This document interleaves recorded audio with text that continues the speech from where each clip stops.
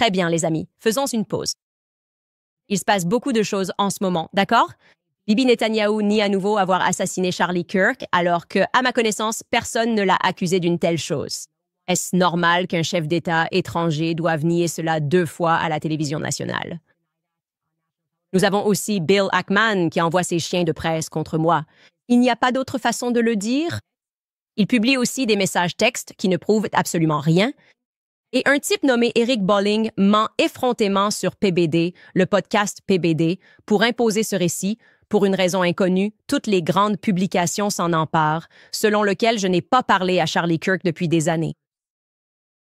Tout cela se passe en ce moment, non pas parce que je mens, mais parce que nous choisissons de rester concentrés sur la résolution du meurtre de Charlie Kirk et sur ce que nous sommes. Ce que nous découvrons est bien plus sombre que tout ce que nous aurions pu imaginer. Alors, bienvenue à nouveau sur Candice.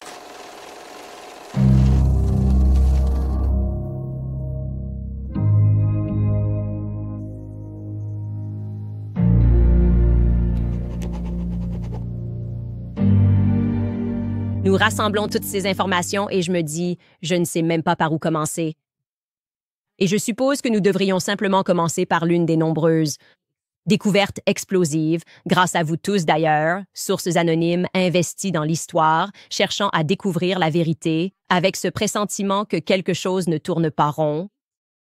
Donc, nous nous demandions hier, j'ai aussi fait une série sur Instagram pour impliquer tout le monde dans ce qui ne colle pas concernant le changement de vêtements que Tyler Robinson aurait soi-disant effectué. Et nous nous demandions pourquoi il semble que les fédéraux n'étaient disposés à publier qu'une image floue de Tyler Robinson le jour de la fusillade, malgré la technologie avancée dont dispose le campus de l'UVU, n'est-ce pas? Il n'y a aucune image que nous puissions voir qui ait été publiée de sa Dodge Challenger, censée être garée près du campus pendant très longtemps, n'est-ce pas? S'il est, comme il l'a écrit dans ses messages aux fédéraux, lui et Lance s'envoient des textos et il lui raconte chaque seconde, minute par minute, ce qu'il a fait. Et il a mentionné que les flics ont fait une fouille. Rappelez-vous, Tyler est censé surveiller l'arme à ce moment-là, attendant patiemment le bon moment pour revenir et, je cite, « récupérer son arme ». Mais il voit une, et je ne plaisante pas, je cite, « voiture de patrouille ». C'est ce qu'il écrit, n'est-ce pas?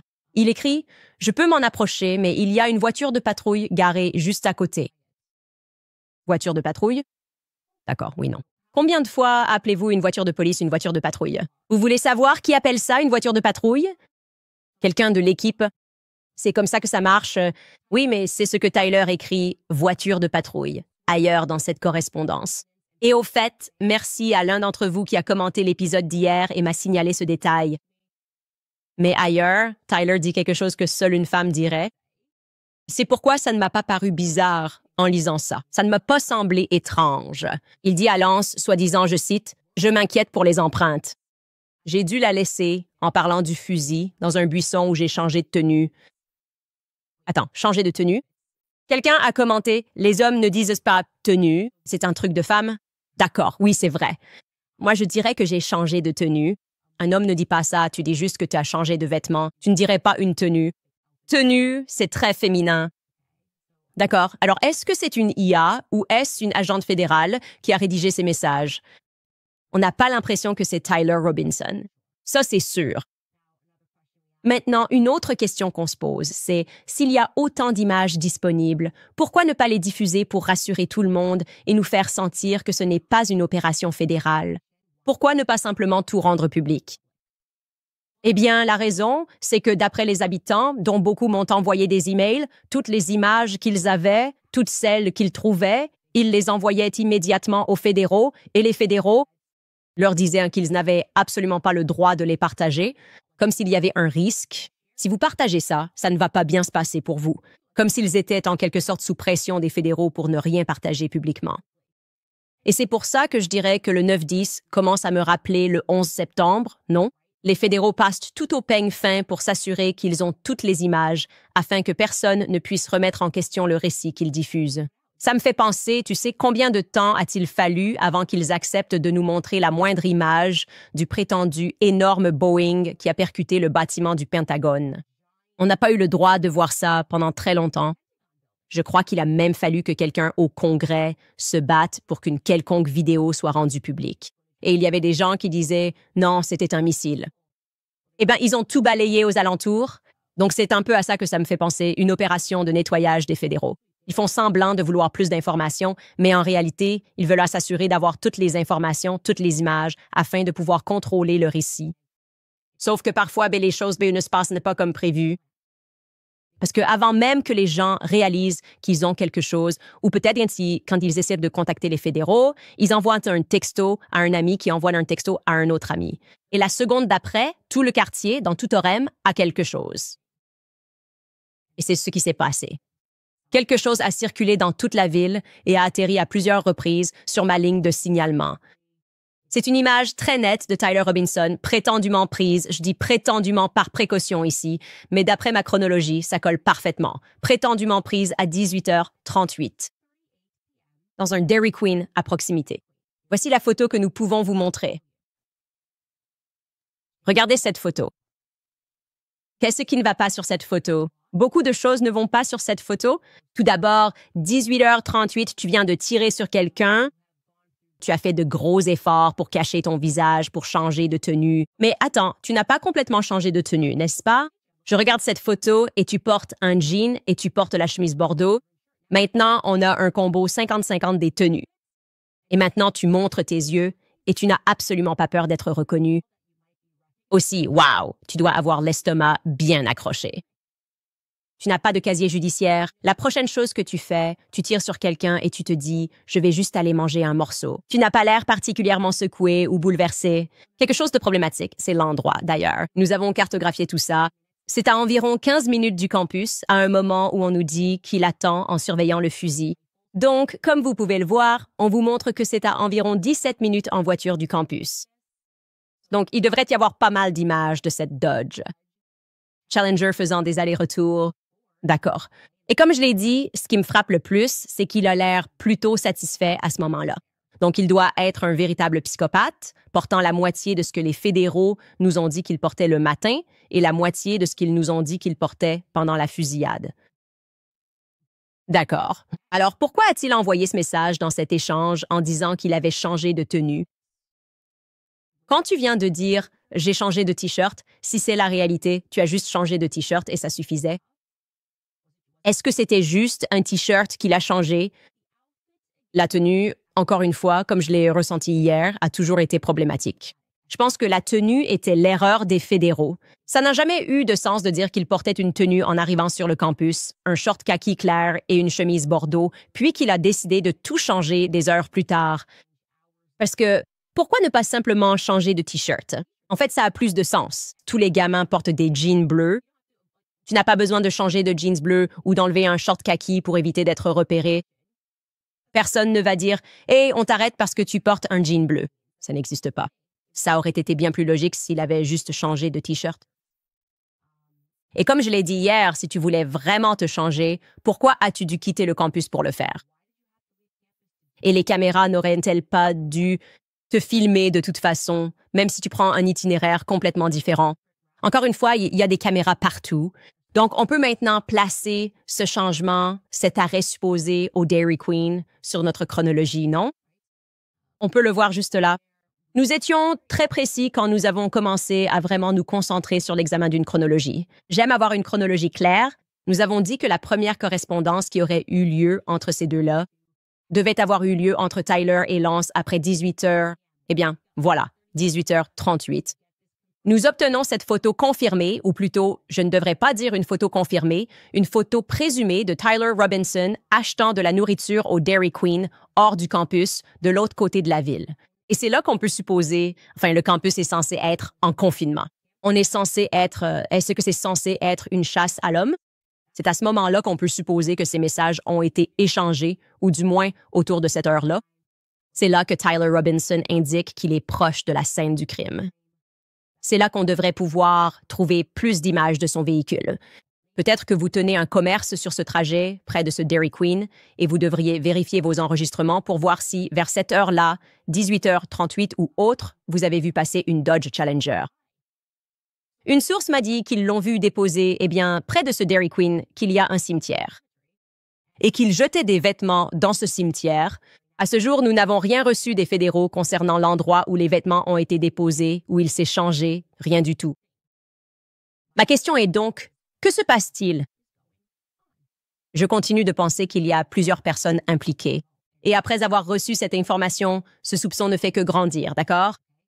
Comme je l'ai dit, à moins que cet homme ne soit un tueur de sang-froid, il a juste l'air d'être insouciant, en train de manger un Dairy Queen, et ça n'a aucun sens.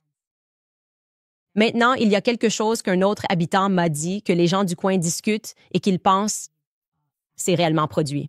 Et pour moi, ça sonne beaucoup plus vrai, bien plus que tout ce que j'ai entendu jusqu'à présent de la part des fédéraux. Je vais vous dire ça dans un instant. Mais d'abord, j'ai commencé à me concentrer de façon obsessionnelle sur la vidéo de la caméra de la sonnette, n'est-ce pas?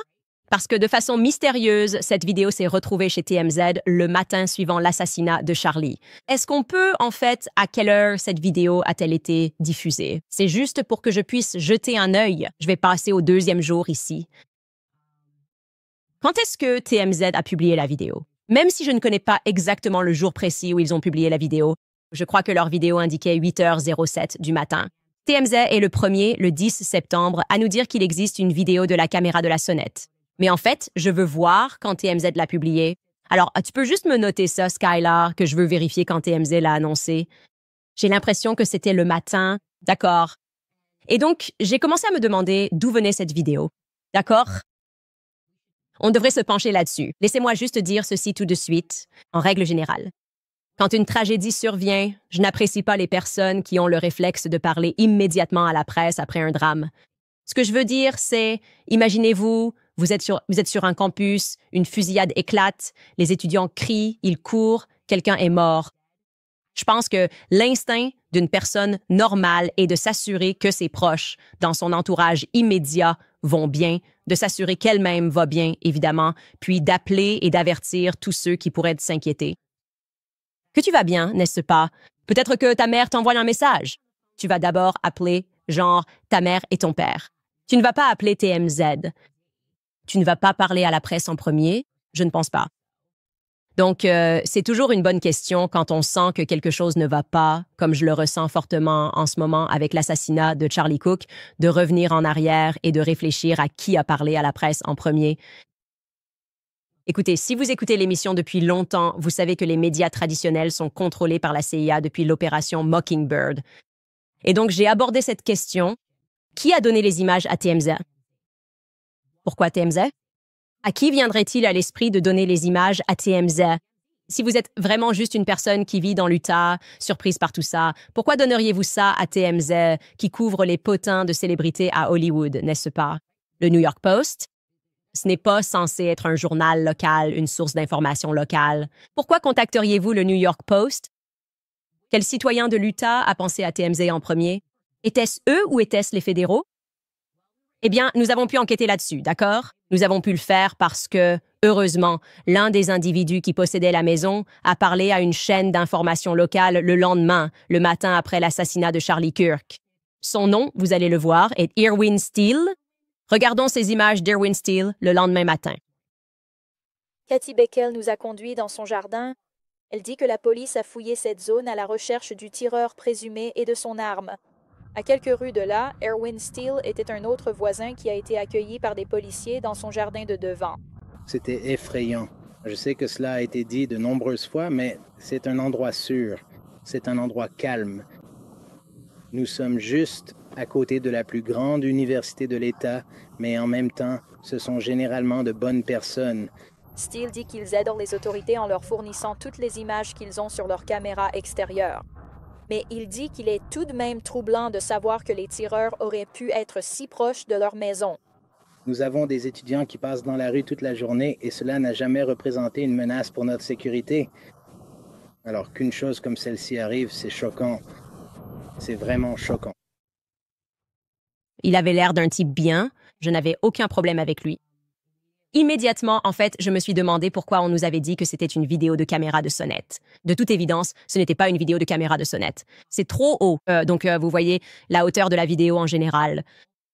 Deuxièmement, comme je l'ai dit, ce clip date du matin suivant l'assassinat de Charlie Kirk.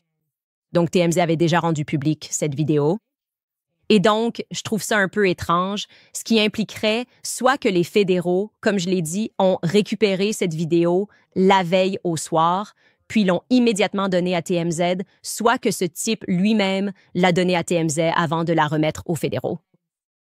Donc, on enquête sur Irwin et on découvre qu'il ne possède pas seulement cette maison dans la rue avec quelqu'un d'autre nommé Samuel Steele. Mais en réalité, ce sont Samuel et sa femme, Carrie, qui possèdent la maison d'où provient la vidéo, pas Irwin, mais Irwin affirme qu'il habite dans cette maison. Mais en fait, nous avons trouvé d'autres membres de la famille Steele qui vivent dans cette maison. Et je me demande, OK, c'est un peu confus tout ça. Peut-être que vous êtes tous de la même famille. Vous vous dites juste, bon, on possède un peu toutes ces maisons, peu importe.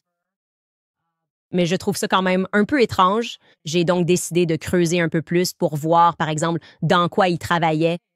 Tu vois, dans quel secteur d'activité est ta famille? Et il s'avère qu'ils travaillent dans une entreprise d'ingénierie, un endroit qui s'appelle Caldera Engineering. C'est une société qui s'appelle Caldera Engineering. Et apparemment, ils fabriquent des vannes. Ça m'a interpellée parce que je trouve que la fabrication de vannes revient souvent quand je fais des recherches sur certaines personnes parce que je m'intéresse beaucoup à la généalogie. Et je pourrais citer 3 personnes qui m'ont intriguée, dont la famille fabrique des vannes. Je ne sais pas si c'est un gros business dans l'Utah ou aussi au Canada. Quand je me suis penchée sur Harley Pasternak, c'est exactement ce que faisait sa famille. Ils étaient dans la tuyauterie et les vannes. Et je me dis, bon, peu importe. Une source locale m'a dit que pratiquement tout le monde dans cette rue travaille pour cette entreprise. Les Steele sont une grande famille à Orem. D'accord, très bien. Et c'est comme, oui, c'est quelque chose que notre source, on a une très bonne source, a dit, que tout ce pâté de maison est en grande partie composé d'employés de cette société d'ingénierie, Caldera. D'accord, je garde ça dans un coin de ma tête. Je cherche d'autres témoins. J'ai décidé de chercher des témoins concernant Tyler Robinson. Nous avons un deuxième témoin et son témoignage est un peu confus pour moi et je vais vous expliquer pourquoi. Tout d'abord, son nom de famille est aussi Steele, mais celle-ci a été témoin de quelque chose à 4 heures de route. Elle s'appelle Sherry Steele et elle a parlé à la BBC de la façon dont elle avait vu la police encercler la maison de ville de Tyler Robinson et Lance alors qu'elle promenait son chien le soir. Voici ce qu'elle dit. Je vais le lire directement ici, tiré de l'article. C'est extrait de l'article.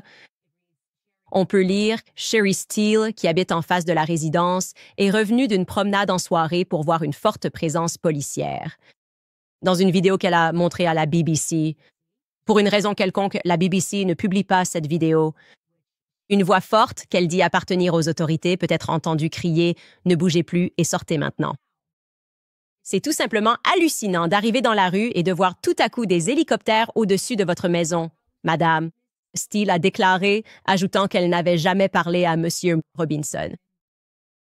Bon, il y a 2 ou 3 choses qui ne me convainquent pas dans ce témoignage. Avant toute chose, cela ne correspond pas à mon calendrier. Je tiens vraiment à respecter les délais, d'accord?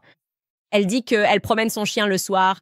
Les fédéraux nous disent, eh bien, 33 heures, ça aurait dû être la nuit, non?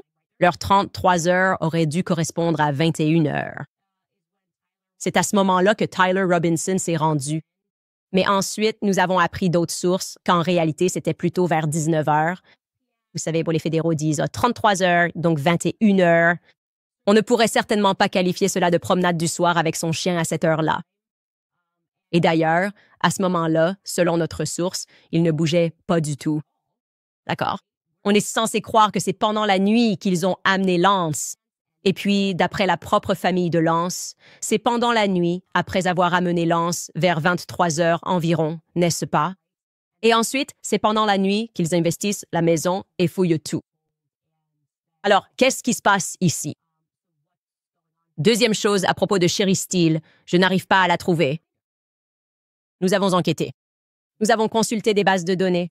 Nous avons contacté la famille d'Atlanta pour savoir s'ils connaissaient ce nom. Je ne trouve aucune femme nommée Sherry Steele qui habite dans ce complexe d'immeubles et je ne trouve pas non plus les images supposées qu'évoque la BBC le lendemain matin. Je ne fais que le signaler. Mais passons à la suite. Parce qu'il va y avoir 2 autres Steele, cette fois-ci des enfants mineurs. Nous savons, d'après l'acte d'accusation, qu'il y avait des enfants présents qui ont été témoins de la fusillade. Et ces enfants, comme je l'ai dit, vont fournir un témoignage oculaire sur la fusillade de Charlie Kirk. Et ils sont avec leur tante Tiffany. Et ils disent mais qu'ils ont vu ce qui s'est passé de près Et je crois que vous allez les entendre dire qu'ils étaient une famille de 16 personnes. Donc, comme je l'ai dit, ma source affirme qu'il y a énormément de styles à Orem. Voici ce que ces styles en particulier ont déclaré à Good Morning America dans les premières heures qui ont suivi l'assassinat de Charlie dès le lendemain. Nous sommes maintenant rejoints par Tiffany Barker et ses nièces Elle Steele et Mia Grant qui étaient toutes dans le public hier après-midi. Merci de nous rejoindre ce matin. Je sais que la journée a été difficile pour vous tous jusqu'à présent. Tiffany, permettez-moi de commencer avec vous. Dites-nous simplement ce dont vous vous souvenez de la scène d'hier. C'était horrible. Un coup de feu a retenti et tout le monde a immédiatement regardé autour de soi puis s'est jeté au sol. Les gens ont vu Charlie se faire tirer dessus dans le cou, instantanément. Et tout le monde s'est jeté au sol, puis les gens ont commencé à courir et certains se sont fait piétiner. Et j'étais avec ma famille. Nous étions 16 là-bas. Donc 5 adultes et environ 11 enfants. Et nous avons été séparés instantanément. Nous essayons de retrouver tout le monde. Et il y a eu des Samaritains formidables qui ont attrapé des enfants. L'un d'eux a pris ma nièce et l'a emmenée dans son appartement. Quelqu'un a attrapé ces deux-là et ma fille les a emmenés sur les cours de tennis et est restée avec eux jusqu'à ce que j'arrive. C'était une tragédie vraiment horrible, mais il y a eu de très bonnes personnes qui se sont soutenues les unes les autres et c'était en fait très fort de voir ça. Elle et Mia, je n'ose pas imaginer à quel point vous avez dû avoir peur hier. Qu'est-ce que vous pouvez nous dire de ce dont vous vous souvenez? Elle, tu commences? Je me souviens d'avoir entendu quelque chose. C'était difficile de savoir ce que c'était, mais ensuite je l'ai vu. Et j'ai vu du sang partout et ça a touché son artère. Puis nous sommes tombés, je suis tombée au sol. J'ai couvert ma tête avec mes mains et puis j'ai commencé à prier. Et ensuite nous avons tous couru, nous avons fui en courant et nous sommes partis. Enfin, nous avons couru jusqu'à ce qu'on se retrouve au cours de tennis. Et je n'arrivais pas, enfin, nous n'arrivions pas à trouver quelqu'un. Il n'y avait que moi. Mia, puis mon autre cousine Bella, et ensuite on appelait tout le monde, on ne savait pas quoi faire, et puis on a finalement retrouvé les autres, et c'était tellement effrayant. Je suis sûr que Mia... Je me souviens qu'on était à environ 5 mètres, et j'ai cru que le coup de feu était un pétard ou quelque chose comme ça. Ça ne semblait tout simplement pas réel. Après ça, on est allé derrière l'endroit où se trouvait Charlie Kirk. Ensuite, on se retrouvait au cours de tennis. On essayait de retrouver tout le monde et de rassembler tout le monde. Et Charlie Kirk était vraiment quelqu'un de bien.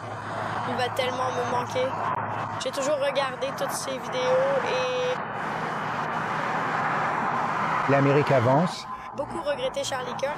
Je n'arrive à imaginer hier. Merci d'avoir partagé vos histoires ce matin. D'accord. Donc, je m'intéressais simplement à la famille, de façon plus générale.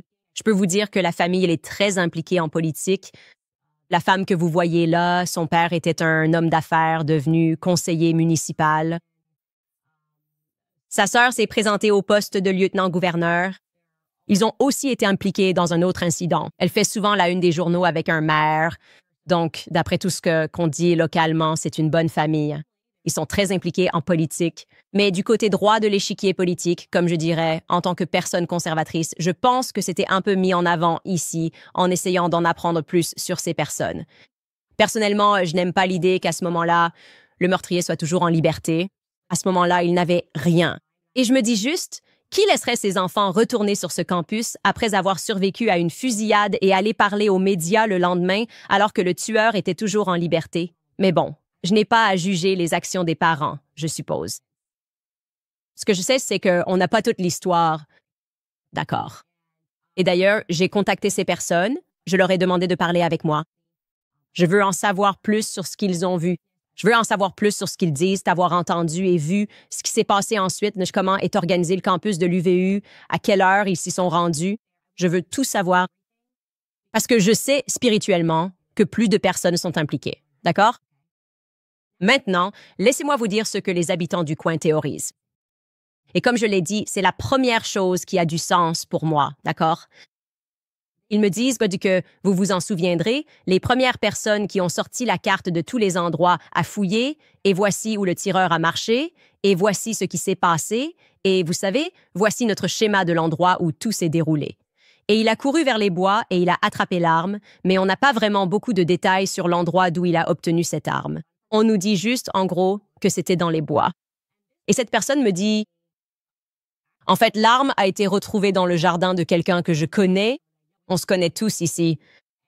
Et elle a été retrouvée près d'un poulailler. On pourrait dire que c'est une zone boisée, mais vous savez, c'est quand même assez résidentiel ici. Et elle a été retrouvée près de son poulailler. Les gens du coin font des hypothèses. Encore une fois, nous en avons la preuve. Voilà ce qu'ils disent. Ils affirment qu'on ne dit pas la vérité sur le fait que la maison juste à côté de l'endroit où l'arme a été retrouvée est une maison mystérieusement inoccupée qui appartient à l'université elle-même. Et c'est là qu'ils pensent que le véritable tireur s'est enfui après l'assassinat de Charlie Kirk. Ils pensent, et encore une fois, ils avancent ici une théorie, que Tyler Robinson a simplement reçu l'instruction de déposer son arme. D'accord, il se rend sur le campus uniquement pour déposer son arme. À l'endroit du poulailler. Je vais donc vous montrer cela. Avons-nous une carte de cette propriété inoccupée et de l'endroit où l'arme a été retrouvée? Et il dit qu'il faudrait être un initié pour savoir que la direction générale dans laquelle cette personne s'enfuit, même s'ils sont très proches, mènerait également à la maison inoccupée sur laquelle nous nous sommes tous un peu interrogés. Vous savez, elle est inoccupée depuis un certain temps. Et en réalité, l'endroit où l'arme a été retrouvée, ce sont juste deux endroits différents. Donc, sa théorie est que Tyler Robinson, et cela correspondrait tout à fait à notre garçon Lur, n'est-ce pas? C'est moi qui l'ai fait. C'est moi qui l'ai fait. Oh, en fait, il s'avère que j'ai de la pornographie infantile. C'est que Tyler et Lance auraient pu se retrouver mêlés à des affaires louches sur Internet, ce qui a du sens puisque, comme nous l'avons appris, Lance est très actif sur le web et qu'ils auraient en réalité reçu des instructions. Peut-être qu'ils essaient de se sortir de cette situation. Encore une fois, nous sommes en pleine zone de théorie. Je vous rapporte ce que j'entends des habitants. Ce n'est pas la théorie de Candace Owens, mais cela me semblerait plus logique. Que ce soit juste des gars à qui on aurait dit « D'accord, si on trouve quelque chose de bizarre sur ton appareil photo ou ton ordinateur portable, voici ce que tu vas devoir faire pour t'en sortir. » Peut-être qu'ils sont victimes de chantage ou de menaces, ou qu'on leur dit qu'ils iront en prison pour très longtemps. Ce que tu vas faire, c'est que tu vas prendre cette arme, tu vas transporter cette arme, et tu vas la laisser juste ici, d'accord? Et c'est tout. Ensuite, tu vas t'occuper ailleurs, dans les environs, et on te dira quoi faire après. C'est leur théorie à propos de Tyler Robinson. D'accord. Et que le véritable tireur serait en fait une personne totalement différente, qui serait réellement entrée dans ce qu'ils décrivent comme une sorte de planque. Fais-le sortir là-bas. Et je peux vous dire que nous sommes en train de creuser cette version et de demander si vous êtes une personne qui possède des images et qu'on vous a ordonné de ne fournir aucune image, quoi qu'il arrive. Je ne sais pas. Je ne comprends pas si vous possédez la propriété et qu'elle vous appartient. Je ne sais pas comment ils peuvent vous dire qu'elle ne vous appartient plus, puisque, n'oubliez pas, le gouverneur Cox a dit que tout était réglé. C'est fini. On l'a eu. Passez à autre chose. Je ne vois pas en quoi le fait que vous nous montriez une Dodge Charger que vous avez vue passer serait problématique. Donc oui, si vous savez quoi que ce soit, veuillez envoyer un email à tipsycandaceowens.com. Nous allons parler dans un instant de la bébé qui proteste un peu trop. D'abord, nous allons passer la parole à certains de nos sponsors. Riverbend Ranch, tout le monde, comme je vous l'ai dit, a voulu faire quelque chose pour essayer de guérir et de se souvenir. Charlie Kirk, mon ami de Riverbend Ranch, a préparé l'hommage suivant pour lui rendre honneur. Écoutez bien. Nous rendons hommage à Charlie Kirk et nous célébrons le bien immense qu'il a accompli dans sa vie. Charlie a courageusement défendu les principes sacrés de la liberté, du dialogue constructif, de la vérité, les valeurs familiales et le bon sens. Il enseignait avec humour et sagesse et appuyait ses convictions sur des données et des faits. Il a donné un exemple fort en allant à la rencontre de ceux qui n'étaient pas d'accord avec lui et en dialoguant avec eux. Nous pleurons sa disparition, mais ce qu'il nous a enseigné continue de résonner avec encore plus de force. Un message de la part de nous tous à Riverbend Ranch. J'ai en fait rencontré les propriétaires de Riverbend Ranch avec Charlie. Nous sommes allés là-bas et nous les avons rencontrés. Une famille formidable. Je veux aussi parler d'American Financing, car si vous vivez à crédit pour payer courses, essence et factures, vous savez à quel point ces taux d'intérêt sont brutaux. Pourquoi continuer à payer 20% ou plus aux banques alors que vous pourriez appeler mes amis chez American Financing? Ils proposent des taux hypothécaires autour de 5% et montrent chaque jour comment garder plus de leur argent dans leur poche au lieu de le laisser aux sociétés de cartes de crédit. En ce moment, American Financing aide les propriétaires à économiser 800 $ par mois via la valeur nette de leur maison pour rembourser leurs dettes à taux élevés, sans frais ni engagement, en 10 minutes, avec un conseiller hypothécaire rémunéré au salaire. Et voici le meilleur. En commençant aujourd'hui, vous pourriez retarder 2 paiements hypothécaires, mettant plus d'argent immédiatement dans vos mains. Alors n'attendez pas. Appelez American Financing dès maintenant au 807 95 12 10. C'est le 807 95 12 10. Ou rendez-vous sur americanfinancing.net/Owens. C'est americanfinancing.net/Owens. Je voulais aussi vous parler de Field of Greens parce que, regardez, je sais que nous avons tous 2 âges, notre âge réel et puis l'âge biologique interne de notre corps. Ce que je ne savais pas, c'est j'ai probablement rajeuni mon âge biologique sans même m'en rendre compte. Et voici le truc. C'est parce que les Américains consomment tellement d'aliments transformés et pas assez de fruits et légumes.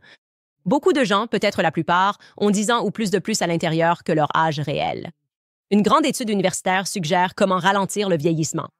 Les participants ont ralenti leur vieillissement en buvant Field of Greens. C'est tout ce qu'ils ont fait. Ils n'ont pas changé leur alimentation, leur boisson ou leur exercice. Ils ont simplement pris Field of Greens parce que chaque fruit et légume dans Field of Greens a été sélectionné par des médecins pour des bienfaits spécifiques sur la santé. Santé cellulaire, cœur, poumons, reins, métabolisme et même un poids sain également.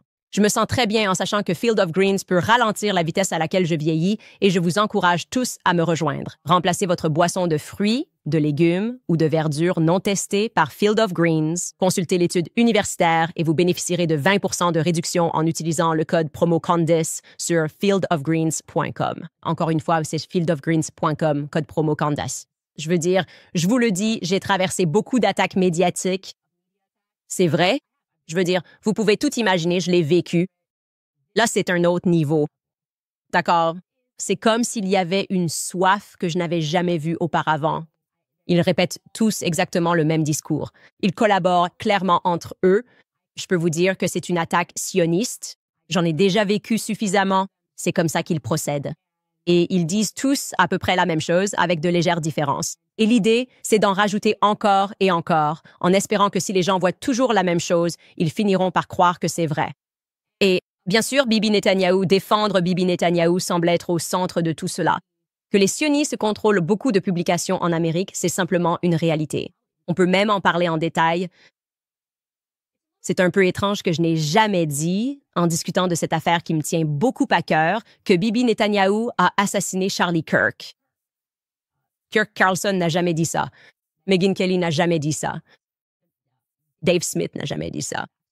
Au lieu de cela, ce que nous faisons, c'est que nous contestons le récit de Bibi Netanyahou selon lequel lui et Charlie étaient en très bons termes et vraiment amis. Il venait juste de l'inviter, et voici cette lettre d'amour que Charlie a écrite. Il l'a fortement sous-entendue, et il en disait beaucoup trop vite et trop tôt. Ça ne semblait pas juste, et nous voulions simplement que la vérité soit connue. Je ne sais pas qui, précisément, est sorti pour dire que Bibi a tué Charlie Kirk. Mais maintenant qu'il nie pour la 2e fois en être responsable, les gens se demandent qu'est-ce qui se passe vraiment ici. C'est bizarre. Quand Charlie Kirk a été assassiné, je n'ai pas ressenti le besoin de faire 2 vidéos pour dire aux gens que je ne l'avais pas tué. Ça, ce serait bizarre. Tu dirais, par exemple, Candace, c'est vraiment étrange. Pourquoi ressens-tu le besoin de dire ça? Si Tucker Carlson devait faire 2 vidéos pour dire « Je n'ai pas tué Charlie Kirk », vous vous diriez « C'est bizarre ». Megyn Kelly, je n'ai pas tué Charlie Kirk. Pourquoi ferait-elle cela? Bien sûr qu'elle n'a pas tué Charlie Kirk. Mais Bibi a publié, comme je l'ai dit, sa 2e déclaration, et nous pouvons l'écouter. Écoutez. Joseph Goebbels. Le ministre de la propagande nazie a déclaré que plus le mensonge est gros, plus vite il se répandra. Eh bien, quelqu'un a fabriqué un énorme mensonge monstrueux selon lequel Israël aurait quelque chose à voir avec l'horrible meurtre de Charlie Kirk. C'est insensé. C'est faux. C'est scandaleux. Charlie Kirk était un géant, un talent unique en un siècle qui défendait la liberté, défendait l'Amérique, défendait notre civilisation judéo-chrétienne commune. Charlie aimait Israël. Il aimait le peuple juif. Il me l'a dit dans une lettre qu'il m'a envoyée il y a seulement quelques mois. L'une de mes plus grandes joies en tant que chrétien, disait-il, est de plaider en faveur d'Israël et de former des alliances avec les Juifs pour protéger la civilisation judéo-chrétienne. Il m'a encouragé à exposer directement au peuple américain à quel point Israël est vital pour la sécurité nationale des États-Unis. Il m'a dit « La Terre sainte est tellement importante dans ma vie. Cela me fait mal de voir le soutien à Israël s'effriter. » Maintenant, si Charlie n'était pas d'accord avec une de mes politiques ou une décision ici ou là, non seulement cela ne me dérangeait pas, mais je l'accueillais volontiers. C'est l'essence même de Charlie. C'est l'essence même d'un pays libre. C'est exactement ce que Charlie représentait. Et je savais que ses suggestions venaient toujours du cœur, de son amour pour Israël et de son amour pour le peuple juif. Quelques semaines avant sa mort, j'ai parlé à Charlie. Je l'ai invité à revenir visiter Israël et malheureusement, cela n'arrivera pas. Maintenant, certains colportent ces rumeurs répugnantes, peut-être par obsession, peut-être avec un financement qatari. Ce que je sais, c'est ceci. Charlie Kirk était un grand homme et un grand homme mérite l'honneur, pas les mensonges. Repose en paix, Charlie Kirk. Que ta mémoire soit une bénédiction. Je ne sais pas, les gars. Cette propagande israélienne n'a plus le même effet. Ça ne fait tout simplement plus le même effet. J'ai l'impression que ça marchait en 2018, mais là, ça ne marche plus du tout. Gaza n'aide pas. Tu parles d'un pays libre, alors que Gaza se fait bombarder juste parce que tu veux faire un endroit en bord de mer, des vacances bleues pour tes amis. Ce n'est pas agréable. Et on voit bien ce que tu fais. On sait très bien que tu es un meurtrier de sang-froid en voyant ce qui se passe à Gaza. Il n'y a aucun doute là-dessus. Combien d'enfants ont été tués? D'accord? Et encore une fois, tu en dis trop. Je ne comprends pas pourquoi tu n'arrives pas à faire un discours sans mentir ou sous-entendre un mensonge. Qui, précisément, Bibi, est financé par le Qatar? Ne dis pas juste « peut-être le Qatar ». En fait, c'est toi, ton administration, qui a fait l'objet d'une enquête pour avoir reçu de l'argent des Qataris. C'était en fait lié à Gaza et à ce que vous comptiez faire de Gaza par la suite. Alors pourquoi dis-tu cela? À propos des Américains, si nous recevions de l'argent du Qatar, cela ne poserait pas de problème selon ton administration et tes acolytes. Alors, de quoi s'agit-il? J'espérais vraiment que tu pourrais faire ce discours sans mentionner l'Holocauste, mais c'était en quelque sorte la phrase d'ouverture.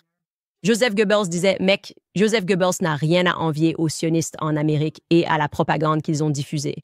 Je dois te le dire, c'est la réalité. » D'accord, allons avant lui. Allons à Sigmund Freud, comment vous avez créé ce système de propagande. Qui est le véritable père de la propagande moderne? D'accord, c'est la famille Freud. Nous sommes éveillés à cela. Nous voyons ce que vous faites. Et vous ne rassurez pas les gens en continuant de venir nier quelque chose qui, de toute évidence, n'a pas été affirmé par moi dans cette émission. Et vous persistez dans votre mensonge. Je vous ai dit de publier la lettre complète que Charlie vous a écrite, pas seulement des extraits. D'accord, c'est un mensonge par omission. Et d'arrêter de mentionner le fait que vous l'avez invité en Israël il y a seulement 2 semaines, sans préciser qu'il a refusé d'y aller. Est-ce que je mens? Quelqu'un peut-il réellement prouver que je mens? Vous pouvez dire mon nom. Candace Owens a menti. Charlie a dit « J'adorerais aller en Israël ». Charlie a dit « J'adorerais vous recevoir dans mon émission de radio ». Pour une raison inconnue, cela semble être un thème récurrent. Qu'ils ont lâché les chiens, mais qu'ils sont incapables d'agir. Contester en réalité les mots qui sortent de ma bouche. Vous avez Bill Ackman de façon extraordinaire. J'ai dit « Je publierai tout ce que tu voudras dire, Bill ». Tu peux venir dans l'émission, on peut parler de ce voyage dans les Hamptons. Il a juste, en quelque sorte... D'ailleurs, vous étiez tellement drôle sur Instagram. Je n'ai même pas eu à dire quoi que ce soit. Vous avez tous vu clair dans le jeu parce qu'on est tous éveillés.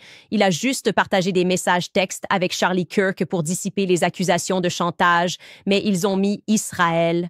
Je n'ai jamais dit Israël. Qu'on l'avait fait chanter et je n'ai jamais dit ça. D'accord. Et en fait, quelqu'un qui était dans les Hamptons a publié une déclaration et a dit que Charlie avait dit qu'il s'était senti moralement victime de chantage. D'accord? Donc, ça ne sert pas votre cause. Mais bref, Blackman a publié ses messages privés. Et je suppose que c'était censé dissiper l'idée que quoi que ce soit passé dans les Hamptons. Et oui, en fait, ce qui manque dans ces messages, c'est une date, un contexte, et il ne réfute rien de ce que j'ai affirmé, d'accord? Alors, qu'est-ce qui se passe ici? Ensuite, ils ont sorti ce type, Eric Bolling. Il va dans le podcast PBD et ça devrait être embarrassant. La quantité de mensonges qui sortirent de la bouche de cet homme était stupéfiante, d'accord? Mais ils ont foncé avec ça, le New York Post, n'est-ce pas? Un organe du Mossad, un organe de l'État profond, très profond. Ils ont foncé avec ça. Charlie Kirk a rompu avec Candace Owens. Si on sortait ensemble, écoutons en fait ce qu'Eric Bolling avait à dire dans le podcast PBD. À un certain moment, sa crédibilité, je veux dire, va finir par s'effondrer parce qu'elle doit apporter des preuves. Bill Ackman a apporté des preuves. Ce tweet, il faisait quelle longueur? Il continue encore. Je pense que On le lit. dans la pièce, Andrew Colbert était présent dans la pièce. Vous êtes membre du conseil d'administration de Turning Point? ouais. Bon, à quand remonte la dernière fois que vous avez vu Candace Owens? En personne, Ouais. 2015, 2016 environ. Oh, wow, d'accord. Quand a-t-il participé à Turning Point dernièrement? Pas dans de nombreuses années. D'accord. Alors, allons Sans même être Candace est elle-même partiale. impliqués. À Shirley, L'avis de Kirk? preuve irréfutable que Candace Owens ne vaut rien, n'a rien à faire là-dedans. Elle serait dans un monde parfait s'il n'avait pas eu cette rupture discrète où elle s'est trop enfoncée dans ses problèmes avec lui. Elle serait l'héritière logique du trône de TPUSA, mais elle ne l'est pas. Et maintenant, elle n'est même plus invitée. Correct. Donc, Leur division est... Attendez, Une minute signifie de non invité. elle n'est même pas là. Ouais. Elle n'est pas là, elle ne l'est pas. un des noms. Vous ne pensez pas qu'elle sera aux funérailles? Non, really, non. Non. Ce ne sont pas les funérailles. Elle ne parle pas en public. Plus maintenant, tu sais, je veux dire, Donc, c'est justement pour ça que c'est si bien que cela arrive, parce que vous regardez tout ce que je dis et vous pouvez les voir mentir.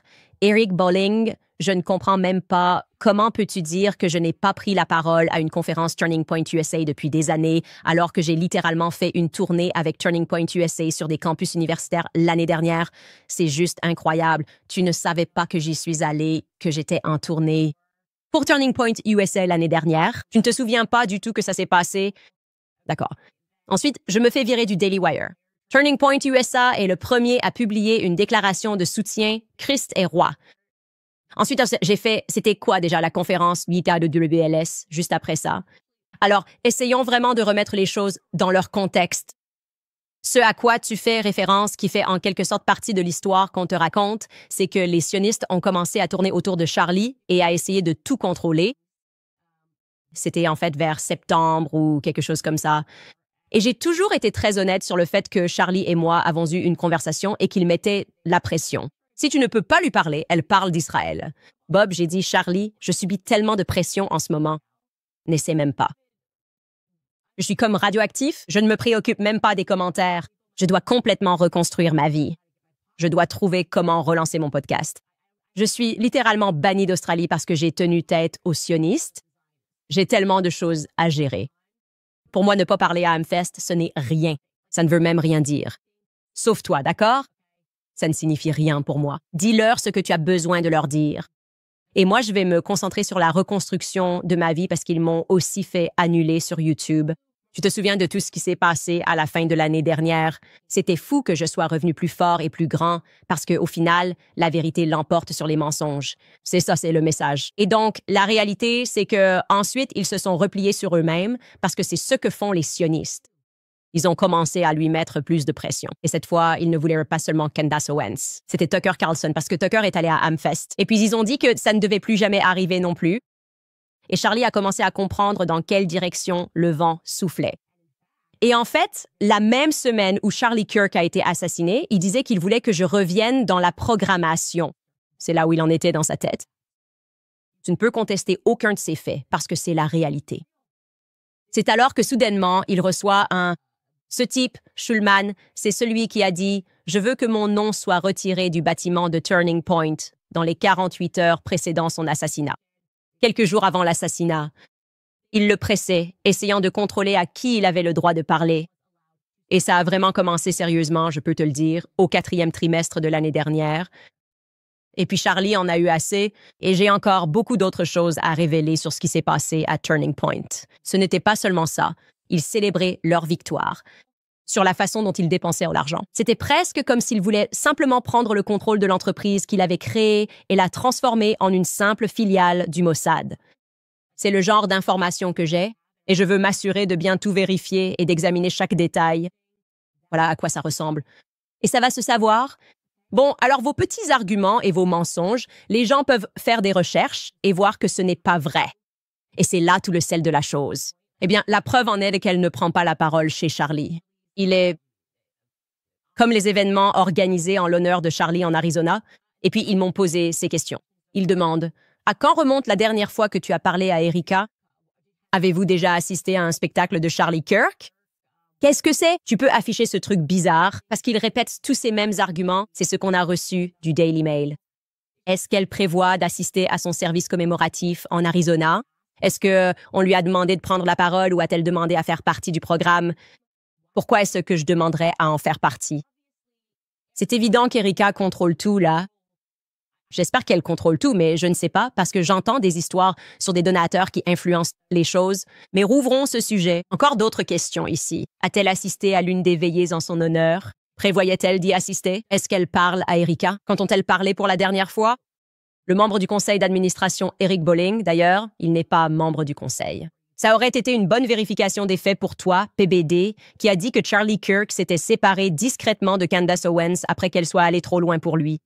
Y a-t-il eu une quelconque communication entre eux? Il n'y a eu aucune communication entre les deux depuis de nombreuses années. C'est juste inventé. Tout est simplement inventé.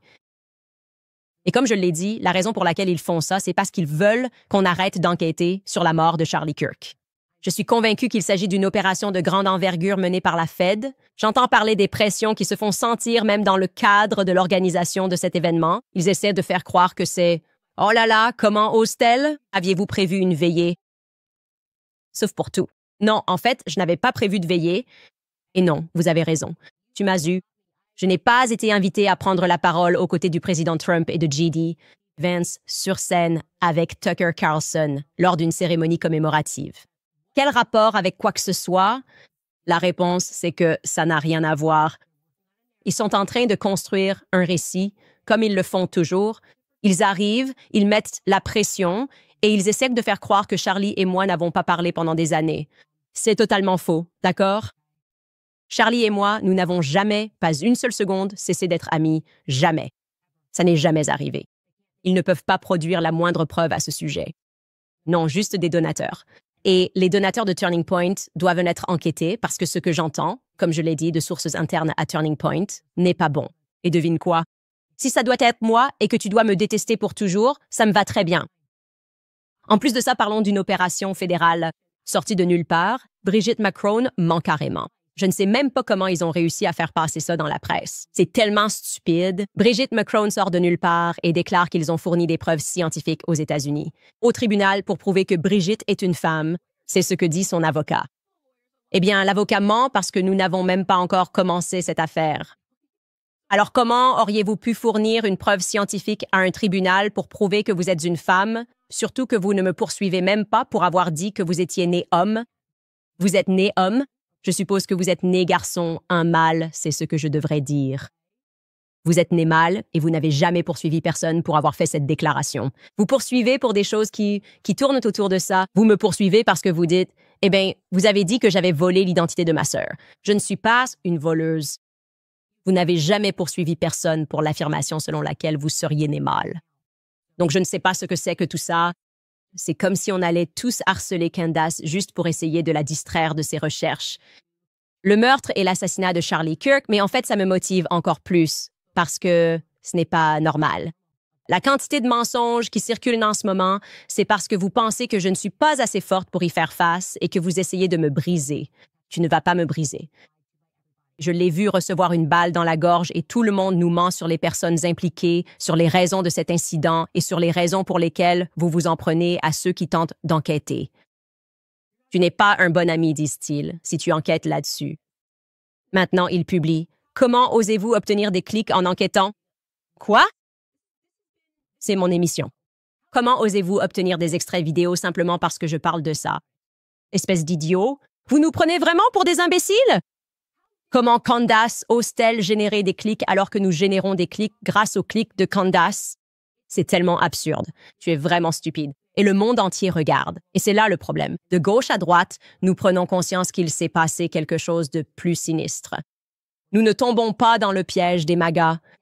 Le père MAGA, il est plus MAGA que jamais.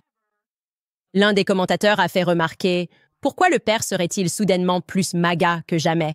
Qu'est-ce qui s'est passé récemment? On est en septembre. Qu'est-ce qui a bien pu se passer pour que quelqu'un s'engage encore plus auprès de Trump, plus MAGA que jamais? En fait, c'est plutôt l'inverse. Les gens pensent que nous sommes occupés par des sionistes.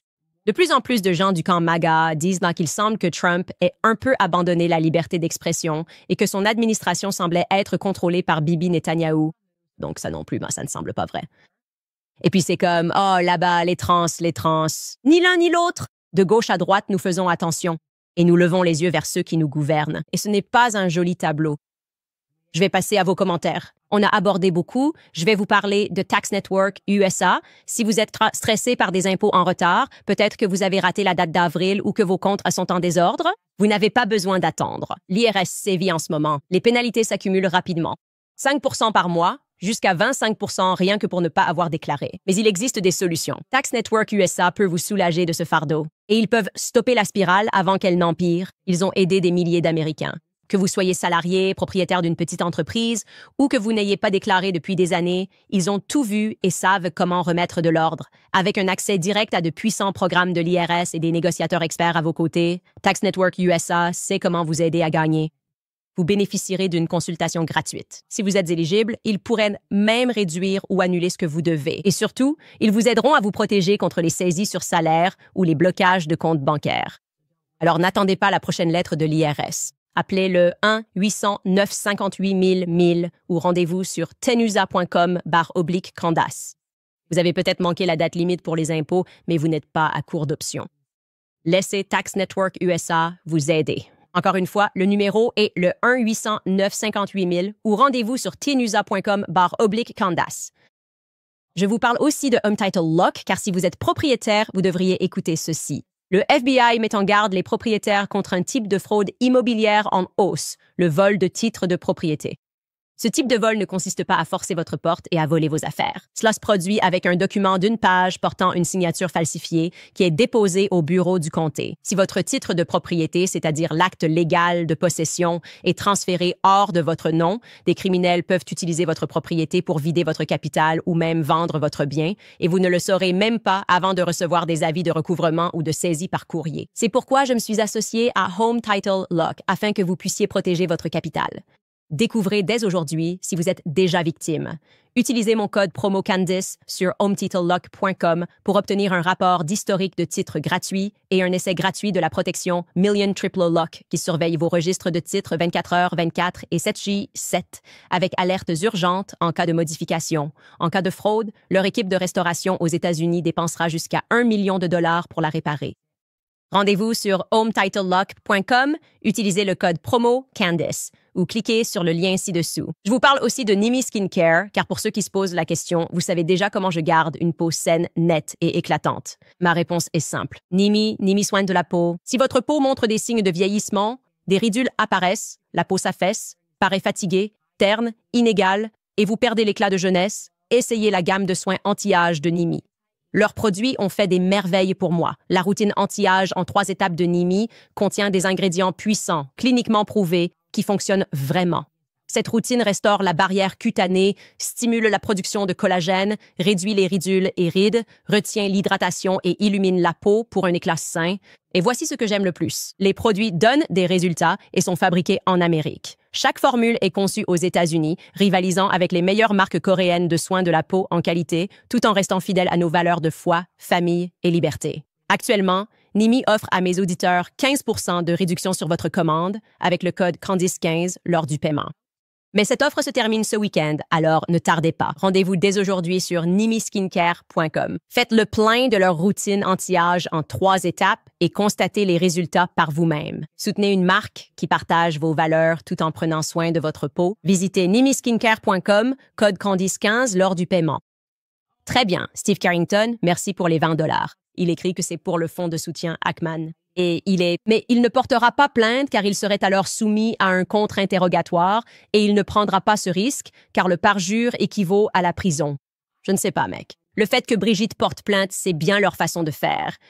Comme je l'ai dit, c'est tout simplement ce qu'ils font. Ils ont des gens dans leur poche, des avocats corrompus qui exécutent leurs ordres. Je veux dire, ils ont créé le système et ensuite ils se moquent de nous parce que nous participons à ce système. Comme je vous l'ai dit, Bill Ackman, lors de cette retraite dans les Hamptons, selon l'un des participants, leur a dit qu'ils ne devraient même pas aspirer à posséder une maison, qu'ils devraient simplement investir leur argent en bourse. Genre, d'accord, je suis sûr que toi, tu ne possèdes aucune maison. Ils veulent juste nous transformer tous en esclaves. Vraiment, c'est ce que je pense de la classe des milliardaires. Ce qu'ils veulent réellement de nous, c'est simplement que nous travaillions pour toujours et que nous ne possédions absolument rien. Krista Young, merci pour le don. Candace, quelque chose ne va pas, écrit Krista. Tu vas découvrir la vérité. Ils ont fait une erreur et nous sommes là pour ça. Charlie a dit, qui joue à des jeux stupides, gagne des prix stupides. On ne sait pas, non, mais on sait. Alors n'arrêtez pas de poser des questions. Oui, il y a une raison pour laquelle ils font ça. Ils veulent genre, oh, juste pas avant qu'il y ait cette cérémonie commémorative en Arizona qui n'est pas un enterrement. C'est un événement commémoratif. D'accord. D'ailleurs, d'après ce que je comprends, c'est en grande partie contrôlé par la Maison-Blanche. Trump est contrôlé par les sionistes. Donc ils essaient de m'appâter ici. Pourquoi serais-je invité par quelqu'un de l'administration sioniste de Trump? Vu les sujets dont je parle, c'est du bon sens. Ils ne vont pas me laisser partager la scène, non? C'était Michael Malice? Ai-je bien compris le nom? Lorsqu'il s'est lancé dans son monologue, si vous regardez la suite, quand il dit que quelque chose ne va pas, il dit que les personnes proches de Trump dans la première administration ne peuvent-ils pas s'approcher de lui? Il est comme encerclé en ce moment. Michael Savage, pardonnez-moi. Et il dit la vérité. D'accord. J'ai l'impression que nous sommes un pays occupé. Je n'ai rien à faire. La commémoration est ouverte à tous. C'est tout simplement dingue. Mais c'est leur argument de synchronisation, non? Ils sont là, genre, eh bien, est-ce que tu prends la parole? Fais-tu partie des 5 personnes qui vont parler à cet événement? Non, ce n'est pas le cas. Et devine quoi? Ça ne va pas m'empêcher de creuser et de comprendre exactement ce qui s'est passé. Tu essaies de nous faire passer à autre chose parce que tu sais que tu as fait une erreur. Tu sais que tu as fait une erreur et que ça a un rapport avec les vêtements. C'était l'erreur de la Fed. Et nous allons continuer à découvrir des choses. Lulu, merci infiniment pour ce généreux don. Elle écrit « Candice, tiens bon. Je crois que Charlie nous regarde depuis le ciel. Moi aussi. Et c'est pourquoi c'est important. » Et sachez que si quelqu'un découvre la vérité et que c'est vous, alors vous avez été mis au four du raffineur. Luc 12, 2, 3. Cependant, rien n'est caché qui ne sera révélé, ni rien de dissimulé qui ne sera connu ou mis au grand jour. C'est l'impression que j'ai en ce moment. Vraiment. Je crois que le diable a surestimé ses forces. L'assassinat de Charlie Kirk. Quelle que soit la vérité à laquelle nous parviendrons, elle va exploser et révéler une multitude de choses sur le fonctionnement réel de ce monde. Principauté dirigeant dans les lieux obscurs, la Bible nous le dit et c'est vrai. John Heinzel, merci. Wow, ces dons sont vraiment énormes. Continue Candace. Tu peux le faire. Christ est véritablement roi. Le Christ est vérité et la vérité est reine car elle est le Christ. Cajun Pigné écrit « Je prie pour vous et votre famille. Restez en sécurité et continuez comme ça, guerrier. Merci infiniment pour ce don. » Brittany Watson écrit « Candace, tu es comme une super-héroïne qui combat le crime, résolvant tous les crimes politiques du monde grâce au journalisme d'investigation. Je crois que tu seras réhabilitée et reconnue. » Écrit sur les Macron. Oui, j'ai aussi dit la vérité à ce sujet. Il ferait très mieux de profiter de cette pause. Merci pour tout ton travail acharné. Non, à la place, c'est comme si tout le monde l'attaquait. Alors, on va juste essayer de mentir au hasard ici. Tu sais, tu mens. Tu as menti. Toute votre existence politique n'est qu'un mensonge. Et tout cela doit être révélé et tout doit s'effondrer. Jasmine écrit « Rendez justice à notre frère en Christ. Nous sommes avec vous et nous vous écoutons. » Dieu est avec vous et votre famille. Continue, Jasmine. Ces dons sont incroyables. Je n'ai jamais reçu de dons aussi importants sur YouTube. Et je tiens à vous remercier tous pour cela. 3D Glitz écrit « Je soutiens Candace Owens. » Merci. C'est juste moi, libérer la Palestine et les États-Unis. Je suis d'accord. Amy Surley écrit « Que Dieu vous bénisse et continuez à chercher la vérité. » Martin, as-tu vu le livre sur l'assassinat de Charlie sur Amazon qui était disponible la veille de l'événement? Je prie pour ta sécurité et celle de ta famille. Que Dieu te bénisse. Le Christ est roi. Amazon a publié une réponse. Apparemment, c'est une note de mon producteur qui attribue cela à des problèmes techniques. Pour la date incorrecte de publication du titre. Et Amazon a retiré le livre. C'est une excuse bizarre. C'est une excuse étrange. Comme je l'ai dit, nous étions en train de tout examiner. Il y avait aussi un artiste qui avait publié une chanson. Il se trouve qu'il vient de l'Utah. Et elle s'appelait quelque chose comme « Charlie Kirk, mort à 31 ans ». Et juste au moment où les gens ont commencé à dire « Ce type ressemble à la personne sur la photo », soudainement le FBI a dit « Finalement non, on l'a, c'est Tyler Robinson ». Tous les mensonges seront révélés, toutes les pistes seront suivies. Vous pouvez faire de moi une persona non grata, d'accord? Ça me va très bien. Je suis très content parce que je suis concentré et déterminé. Trevor Miller écrit « Quelque chose ne va pas. Il est temps de s'unir en tant que pays et de régler ça. Oui, j'appelle la gauche et la droite à s'unir et à résoudre ce qui s'est passé le 10 septembre, d'accord? Nous tous, à gauche comme à droite. Jean Machine écrit sérieusement notre dernière chance de changer quoi que ce soit. Continue, Candice, merci. Kristen écrit « Ce n'est pas une opposition droite-gauche, pas noir contre blanc, ni gay contre hétéro. C'est le bien contre le mal et la vérité contre le mensonge. » Oui, madame, Leslie écrit « Tu es implacable, Candice. Ne relâchez pas vos efforts. Je ne le ferai pas. Je vous vois dans les commentaires. Ils peuvent diffuser ce qu'ils veulent. Je vois que vous êtes une bande de gangsters. Non, non, je les regardais. Mensonge. Je vous ai vu, vous savez, le chat PBD est devenu complètement fou. Merci pour cela. Je ne comprends pas comment ils ont pu le laisser mentir comme ça. C'est quelque chose de tellement facile à démystifier. Mais je suis faite pour ça. Tu deviens différent quand tu vois quelqu'un que tu connais très bien, avec qui tu étais très proche, avec qui tu as construit, quelqu'un qui était à tes côtés quand tu n'étais personne, et lui non plus. Quand tu vois cette personne prendre une balle, tu commences vraiment à comprendre la méchanceté de ce monde, le mal contre lequel nous luttons, et nous ne pourrons vaincre ce mal qu'à travers la vérité. C'est tout. Il faut que tout le monde ouvre les yeux en même temps. Khalid Mohammad écrit « Bonne chance pour tout ».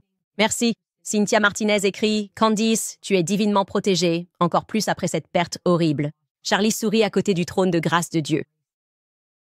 Il est. Vous êtes enveloppés dans leur protection, leur sagesse et leur triomphe. Tu es une source d'inspiration pour ma famille et moi.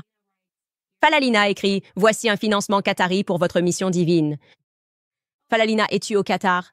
Était-ce vous? Je prie toujours pour vous et votre famille, au nom tout-puissant de Jésus, avec toute mon affection de Montréal.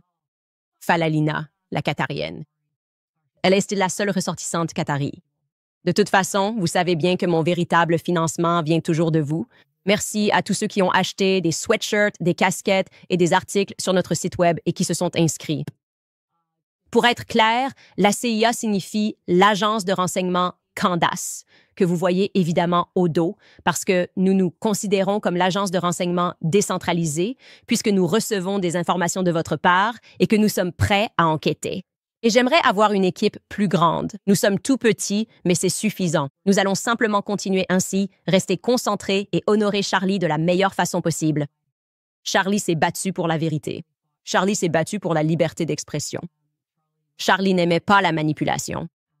Et je vais découvrir pourquoi il a perdu la vie et qui en est responsable. Alors restez à l'écoute.